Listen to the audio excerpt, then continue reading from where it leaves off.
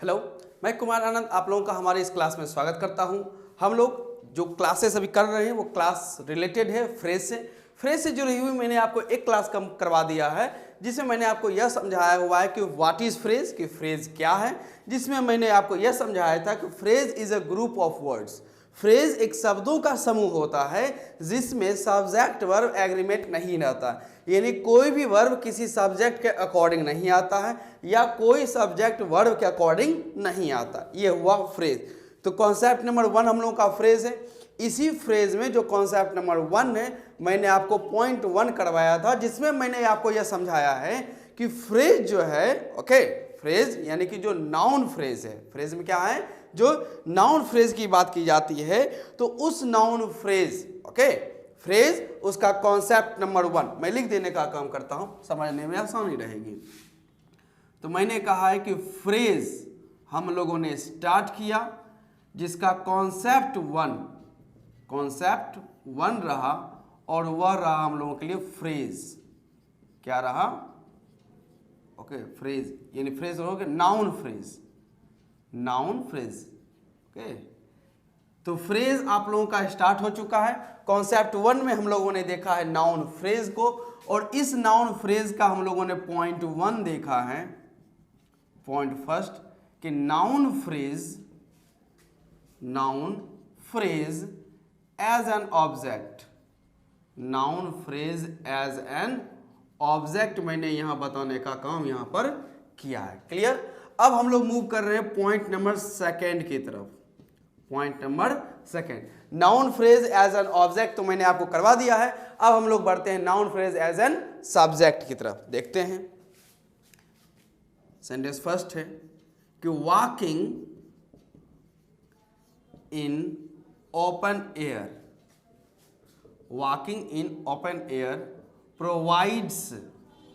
provides me comfort. Walking in open air provides me comfort. अब यहाँ पे provide जो है वो वर्ब का 5th फॉर्म है, सिंगुलर फॉर्म है। ओके, सेंस समझ लेते हैं। वॉकिंग इन ओपन एयर, खुली हवाओं में टहलना, प्रोवाइड्स मी कंफर्ट, ये मुझे कंफर्ट देने का काम करता है। तो इसमें क्वेश्चन ये हो सकता है जैसे ये प्रोवाइड्स मी कंफर्ट, मुझे कंफर्ट देता है तो मुझे कंफर्ट क्या देता है? व्हाट प्रोवाइड्स मी कंफर्ट, क्या है जो मुझे प्रोवाइड्स कंफर्ट करवाता है? क्वेश्चन बनाया जा सकता है कि व्हाट प्रोवाइड्स मी कंफर्ट, क्या है जो मुझे कंफर्ट देता है? तो इसका आप रिप्लाई दे सकते हैं कि walking in open air, walking in open air provides me comfort. अब ये वॉकिंग इन ओपन एयर जो है यह रिप्लाई बनता है व्हाट का। किसका रिप्लाई बन रहा है? और व्हाट का। और मैंने आपको पिछली क्लास में समझाया था कि नाउन की पहचान करने के लिए रिप्लाई मेथड में हु, हुम और व्हाट, इस तीनों को रखा गया। इस तीनों का रिप्लाई अगर आपके सामने कोई भी आ जाए, चाहे वो सिंगल वर्ड आए या मोर देन 1 वर्ड आए, उसे आप कहेंगे नाउन। लेकिन 1 वर्ड रहता है तो हम लोग उसे सिर्फ नाउन कहते हैं और मोर देन 1 वर्ड्स रहता है तो उसे हम लोग नाउन फ्रेज कहने का काम करते हैं। तो यहां पर व्हाट का रिप्लाई है होने की वजह से वॉकिंग इन ओपन एयर क्या हो जाएगा? Noun. Walking in open air हो जाएगा नाउन। और आप देखें तो यहां पे 1+ वर्ड है, 1+ यानी एक से ज्यादा वर्ड है। तो कहने का सेंस है ये ग्रुप ऑफ वर्ड्स है, ग्रुप ऑफ वर्ड्स यानी शब्दों का यह क्या है? समूह है, शब्दों का समूह। वॉकिंग इन ओपन एयर, ये व्हाट का रिप्लाई है। जब मैंने क्वेश्चन किया कि व्हाट प्रोवाइड्स मी कंफर्ट, क्या है जो मुझे आराम देता है, कंफर्ट देता है, तो आंसर आया वॉकिंग इन ओपन एयर, खुली हवाओं में टहलना। तो ये noun 1+ word group of words की बात कर रहा है, ध्यान रखेगा। तो ये ग्रुप ऑफ वर्ड्स हो जाएगा क्या चीज? फ्रेज। क्या हो गया? फ्रेज। और इस फ्रेज में ध्यान रखिएगा इसमें किसी प्रकार का सब्जेक्ट वर्ब एग्रीमेंट आपको नहीं दिखेगा, यानी सब्जेक्ट अकॉर्डिंग वर्ब और वर्ब के अकॉर्डिंग आने वाला सब्जेक्ट यहां आपको दिखता नहीं है। मतलब इसमें कहीं आपको नहीं दिखेगा कि कोई सब्जेक्ट और उस सब्जेक्ट का इसके अंदर वर्ब है। ओके, ना कोई ऐसा वर्ब दिखेगा जिस वर्ब का अपना एक सब्जेक्ट होगा। जहां तक ये फ्रेज बन रहा है इससे बाहर हमें जाने की जरूरत नहीं, इतने या वॉकिंग से लेकर एयर के बीच में ना कोई वर्ब और ना ही उस वर्ब का अपना कोई सब्जेक्ट है। तो ये ग्रुप ऑफ वर्ड्स होने की वजह से ये क्या हो गया, फ्रेज हो गया। अब फ्रेज ये कैसे एक्ट कर रहा है, तो ये नाउन की तरह एक्ट कर रहा है। किसकी तरह वो एक्ट कर रहा है, नाउन की तरह एक्ट कर रहा है। इसी वजह से इसे हम लोग कहते हैं नाउन फ्रेज। कौन सा कहेंगे, यहां मैं लिख देता हूं, नाउन फ्रेज, नाउन फ्रेज। अब आपको दिया देखना है कि ये नाउन फ्रेज तो है, प्रोवाइड्स यहां पर क्या है, वर्ब है, और इस वर्ब का सब्जेक्ट कौन बन रहा है, यही बन रहा है। और मैंने आपको नाउन आइडेंटिफिकेशन में पार्ट्स ऑफ स्पीच मैंने बताया था कि व्हाट का रिप्लाई नाउन होता है, व्हाट का रिप्लाई नाउन, और वह जो नाउन है वह सेंटेंस में सब्जेक्ट का भी काम कर सकता है और चाहे तो वह ऑब्जेक्ट का भी काम कर सकता है, इसमें कोई डाउट रखनी नहीं चाहिए। वहीं मैंने हु के बारे में आपको समझाया हुआ है कि हु का रिप्लाई भी नाउन होता है, लेकिन वह सिर्फ सब्जेक्ट बनने का काम करता है। वहीं हुम का रिप्लाई नाउन है, हुम का रिप्लाई नाउन है, और वह सिर्फ और सिर्फ ऑब्जेक्ट बनने का वह काम करता है, कोई दिक्कत नहीं। तो यहां जो यह आपका पूरा व्हाट का रिप्लाई नाउन आ रहा है, यह फ्रेज है, यह नाउन फ्रेज काम कर रहा है सब्जेक्ट की तरह। किसकी तरह काम कर रहा है, सब्जेक्ट तरह। वैसे भी प्रोवाइड्स वर्ब है, तो वर्ब के पहले जो ये आया हुआ है फ्रेज, ये फ्रेज अपने आप को सब्जेक्ट के रूप में रख रहा है। तो यहाँ नाउन फ्रेज किसकी तरह काम कर रहा है, सब्जेक्ट तरह। नाउन फ्रेज किसकी तरह काम कर रहा है, सब्जेक्ट तरह। तो यहाँ पर हमें यह दिखता है कि यह जो नाउन फ्रेज यूज हुआ है, नाउन फ्रेज यूज हुआ है, यह यूज हुआ है as a subject, noun phrase as a subject. Point first में मैंने आपको यह कराया है कि noun phrase as an object काम करता है, noun phrase as an object, जबकि यहां पे नाउन फ्रेज किसकी तरह काम कर रहा है, सब्जेक्ट तरह काम कर रहा है। तो पॉइंट 1 में था कि noun phrase as an object, point 2 में है कि noun phrase as a subject, noun phrase as a subject. Note करिए इसे। इसका तो मैं एक और एग्जांपल देता हूं।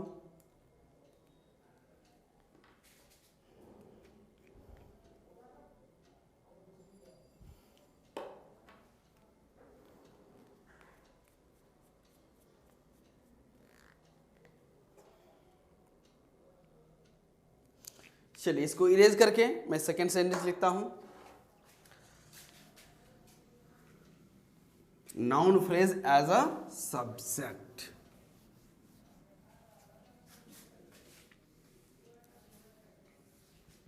चलिए देखते हैं statement number B. To work for country, to work for country, to work for country is worship to God. To work for country is worship to God, यानी कि देश के लिए काम करना इज वर्शिप टू गॉड, ईश्वर की पूजा करने के बराबर है। इसमें फिर वही क्वेश्चन आता है कि क्या है ईश्वर की पूजा करना, क्या है ईश्वर की पूजा करना, तो देश के लिए काम करना। तो व्हाट का रिप्लाई अगर आप देखते हैं कि what is worship to God, what is worship to God, question mark. तो रिप्लाई आ सकता है कि to work for country, to work for country, country के लिए, देश के लिए सेवा करना, यही क्या है, ईश्वर की पूजा करना। तो टू वर्क फॉर कंट्री यह किसका रिप्लाई है, व्हाट का रिप्लाई। व्हाट का रिप्लाई क्या होता है, नाउन होता है। ये एक से ज्यादा वर्ड है, ये एक से ज्यादा वर्ड है, तो यानी यह हो गया group of words, group of words, शब्दों का यह समूह निकल के काम आया। तो शब्दों का समूह है, तो इसे हम लोग कह देते हैं फ्रेज। लेकिन यह फ्रेज किस फॉर्म में काम कर रहा है, तो यहाँ पे नाउन है ये, तो यहाँ कहा जाएगा यह नाउन फ्रेज है। क्या कहा जाएगा इसे, नाउन फ्रेज हो गया। इसे भी मैं लिख देता हूं कि नाउन फ्रेज। अब यह नाउन फ्रेज किस तरह काम कर रहा है सेंटेंस में, तो सब्जेक्ट तरह। ये इज वर्ब है, इस वर्ब है, और इस वर्ब का यह जो फ्रेज है यह सब्जेक्ट की तरह काम कर रहा है। नाउन फ्रेज सब्जेक्ट की तरह यह काम कर रहा है, तो इसे कहा जाएगा कि noun phrase, noun phrase as a subject. ये नाउन फ्रेज तो है लेकिन ये काम किसकी तरह कर रहा है, सब्जेक्ट की तरह काम कर रहा है। नोट कर लीजिए। और यहां पर अब हमने समझ लिया है कॉन्सेप्ट 1 में हमने नाउन फ्रेज को समझा। ओके, नाउन फ्रेज, उसके बाद मैंने इसका पॉइंट 1 करा दिया है आप लोगों के लिए, noun phrase as an object. उसके बाद हम लोगों ने सेकंड देखा पॉइंट कि नाउन फ्रेज एज, सॉरी यहां पर पॉइंट फर्स्ट रहा कि noun phrase as an object, point number second रहा कि noun phrase as a subject हो गया। क्लियर? तो यहां तक हो चुका है आपका नाउन फ्रेज कंप्लीट। तो हम लोग का कॉन्सेप्ट 1 जो नाउन फ्रेज रहा उसका 2 पॉइंट्स यानी कि पॉइंट 1 और पॉइंट 2 हम लोगों ने कर लिया है कंप्लीट। अब मैं आपको कुछ क्वेश्चंस देता हूं, उस क्वेश्चन में हमें आइडेंटिफाई करना रहेगा कि कहां पर नाउन फ्रेज है। ओके, इसे नोट कीजिए, मैं क्वेश्चंस लगा देता हूं।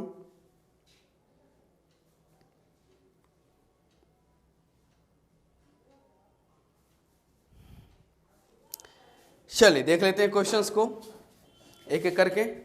पॉइंट कंप्लीट हो चुका है, इसको एक बार रिवाइज कर लें क्योंकि अब क्वेश्चंस आएंगे लगातार और क्वेश्चन इस बार रहने वाले हैं बहुत अच्छे।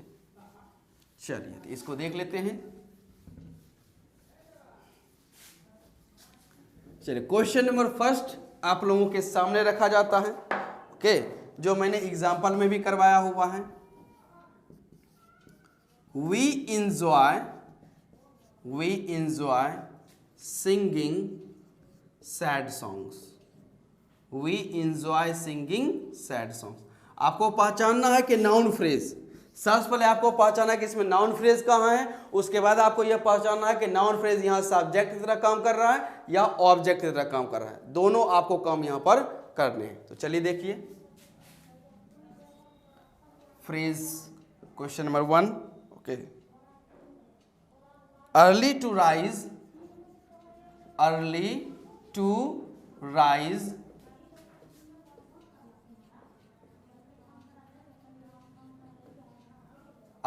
rise is a good habit. Second question number 3 देख लेते हैं। promise to smile again इसको क्वेश्चन लिखते रहे, नोट करते रहे, बताना क्या है सबसे पहले कि यह नाउन फ्रेज कौन है। मतलब इसमें आपको सबसे पहले नाउन फ्रेज आइडेंटिफाई करना है और उसके बाद आपको ये आइडेंटिफाई करना है कि नाउन फ्रेज वो सेंटेंस में सब्जेक्ट की तरह काम कर रहा है या फिर वो ऑब्जेक्ट की तरह काम कर रहा है। क्वेश्चन नंबर 4 में आते हैं। She refuses to accept the fact. She refuses to accept the fact. Question number 5 में मूव करते हैं। मिस न्यूबॉल्ट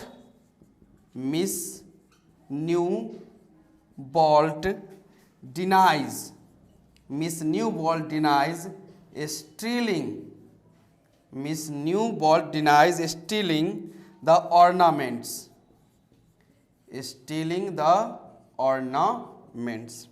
ये 5 क्वेश्चन है, नोट कीजिए। मैं कुछ क्वेश्चन यहां लिखता हूं। Number 6, to sing such melodious song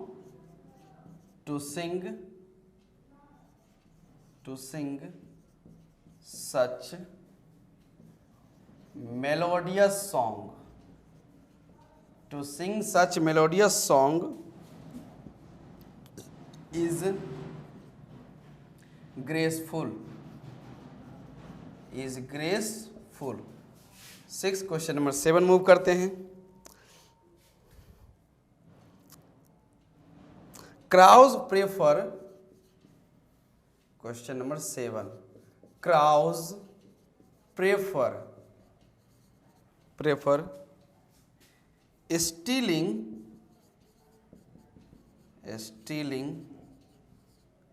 sweet bread. Question number 8,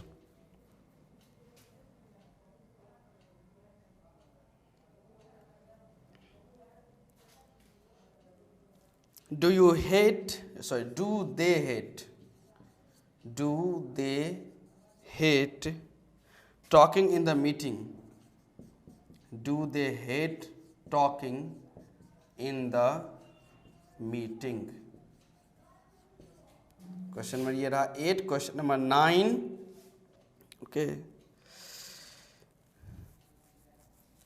they wish to create history in the world of language, they wish to create history in the world of language, in the world of language। Last question में note करता हूं, question number 10 कहाँ लिख दूं, यही लिख देता हूं नीचे में, question number 10। to think better and brighter, to think better and brighter, to think better and brighter is your duty, चलिए 10 सेंटेंसेस आप लोगों के सामने रखा गया। फर्स्ट क्वेश्चन है, बनाना शुरू कीजिए, मैं एक बार पढ़ रहा हूं।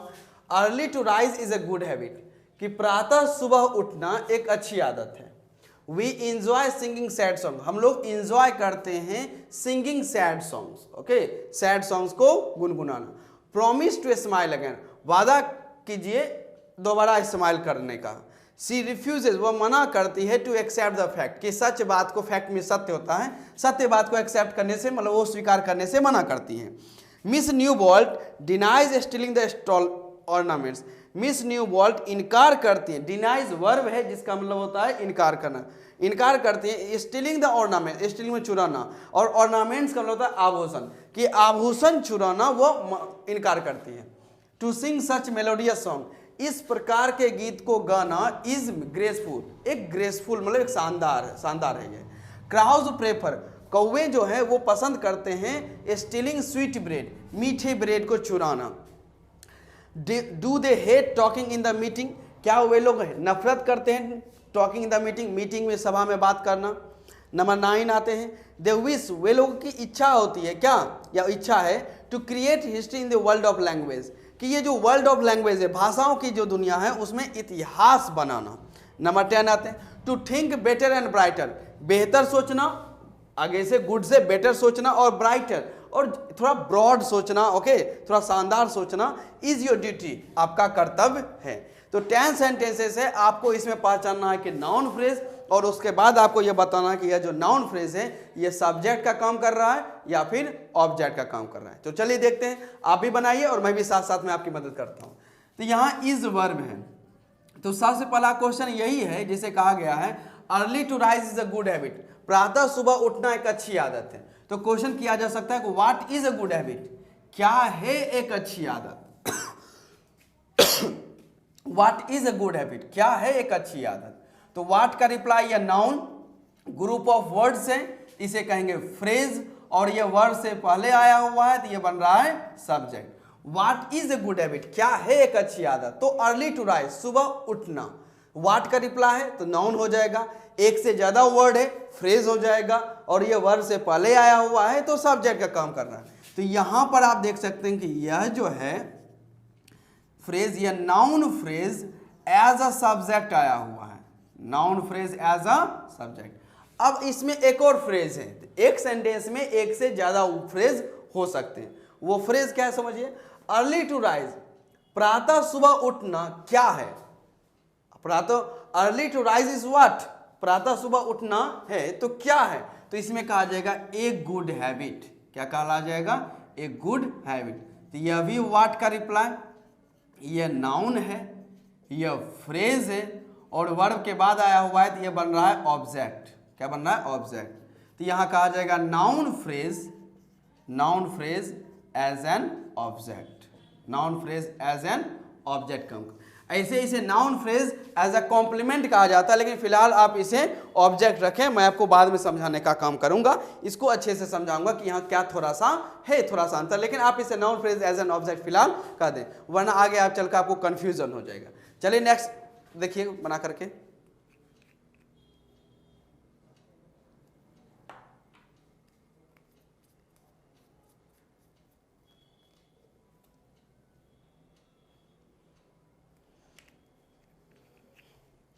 चलिए देख लेते हैं। वी इंजॉय, हम लोग इंजॉय करते हैं। वी इंजॉय व्हाट, हम लोग इंजॉय करते हैं। तो क्या इंजॉय करते हैं? तो सिंगिंग सैड सॉन्ग्स। यहां से लेकर वहां तक व्हाट का रिप्लाई नाउन है, ये फ्रेज है ये, और ये ऑब्जेक्ट की तरह काम कर रहा है। किसकी तरह? ऑब्जेक्ट की तरह काम कर रहा है। इसे आप कह सकते हैं कि नाउन फ्रेज